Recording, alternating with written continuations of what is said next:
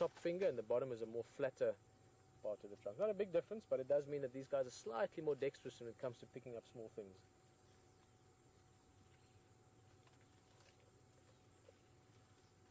Just turn a little bit again. I want to see where we can go next. This female really is keeping an eye on us. I quite like that. Just going to turn a bit. She's going to probably give us a little head shake, play around with us. Keep in mind that we've taken our time sort of coming into this group, so they know about us by now. Another question. Great. Keep them coming.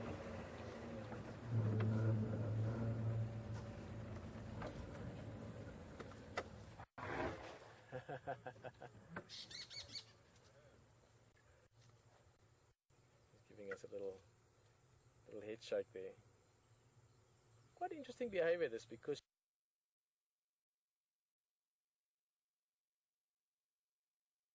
us or bothered by us. The rest of the herd have moved on.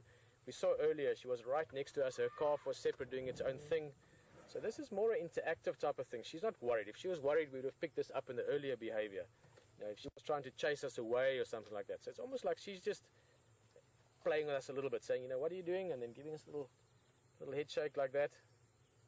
Could hear some nice trumpeting in the back there as well. Maybe some other elephants playing with each other as well.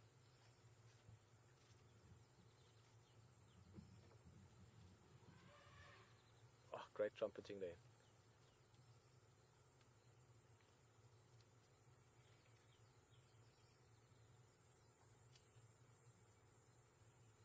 I'm going to move on to the rest of the herd. I'd love to get a look at the sort of the bigger group. I'm just going to let her move on. I've got to go back around to try and go around this thicket. I think we can do so now. Actually, we had a question from Dawn. Well, sorry, I got it, and then I was watching this female's behavior and I've missed part of the question. Just repeat it for me, please.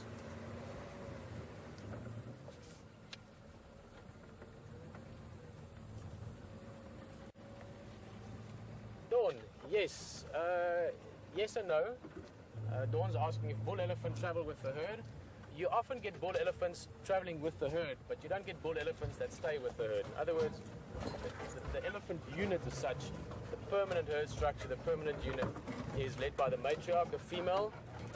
I don't think this female is that matriarch just from a size and age, but she certainly would be maybe the second in charge, which is why she's giving us a little bit of this attitude. There we go. Let's just get you a good view here. Dawn, so the bulls that you do see with the herd, and I saw a big bull earlier, I'd love to see him. And I'm starting to wonder if there's not maybe something going on here. I'll tell you why. Is because driving in before we found the elephant, I could smell something that smelled like elephant. More specific, like that must smell that you get from bulls when they are in must. Now, if we see the bull and he is, I'll explain more about it. But basically, that's when bull elephant go into this sort of, much heightened testosterone levels, about 6 times normal. And they also become preferred mating partners for females, and they also become dominant over bulls that aren't in must. And if that guy is, and from his size he certainly could be, there might be a female in this group that's an estrus. And that can also create a lot of excitement and a lot of sort of activity, if you want, within the herd.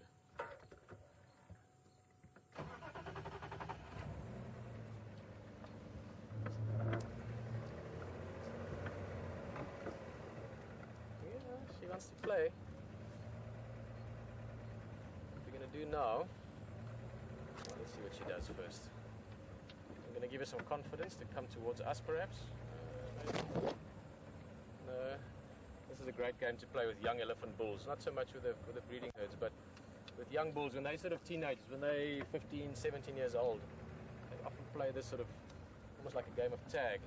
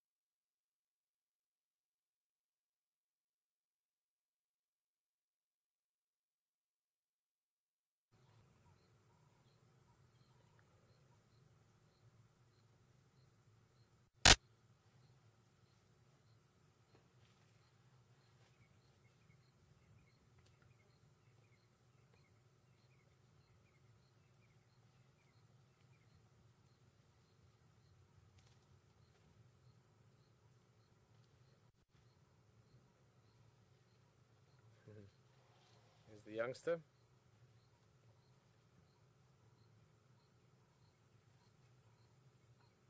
It's quite warm still. I mean, it's a bit muggy even. It's not super hot. I mean, for the low veld, this is a mild day, but we probably still sitting in about 30 odd degrees Celsius in the sort of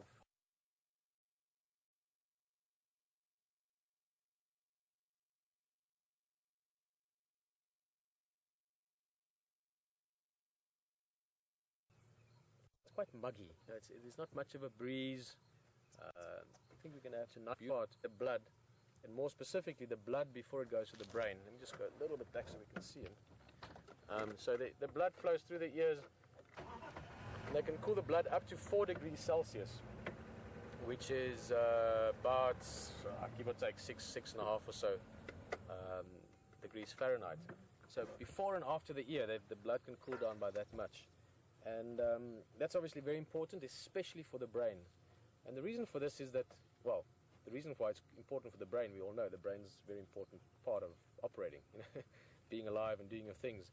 But the reason they need to be able to cool themselves is that their body mass is much greater than, sorry guys, I've got a bit of a frog in my throat, is much greater than any other land mammal, because the bigger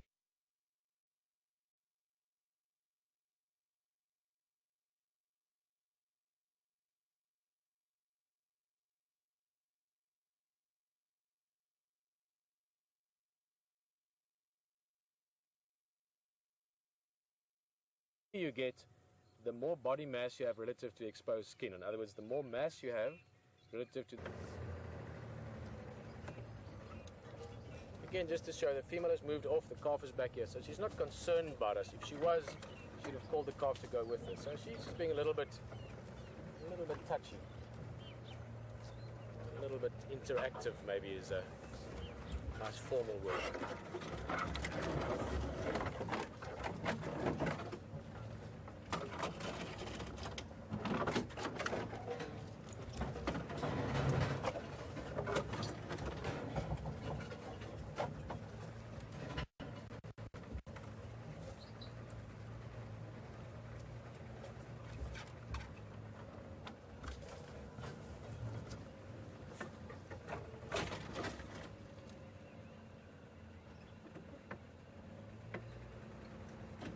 Well, we're just trying to catch up here with this herd. We've pretty much been spending time with this female. They're just moving along now.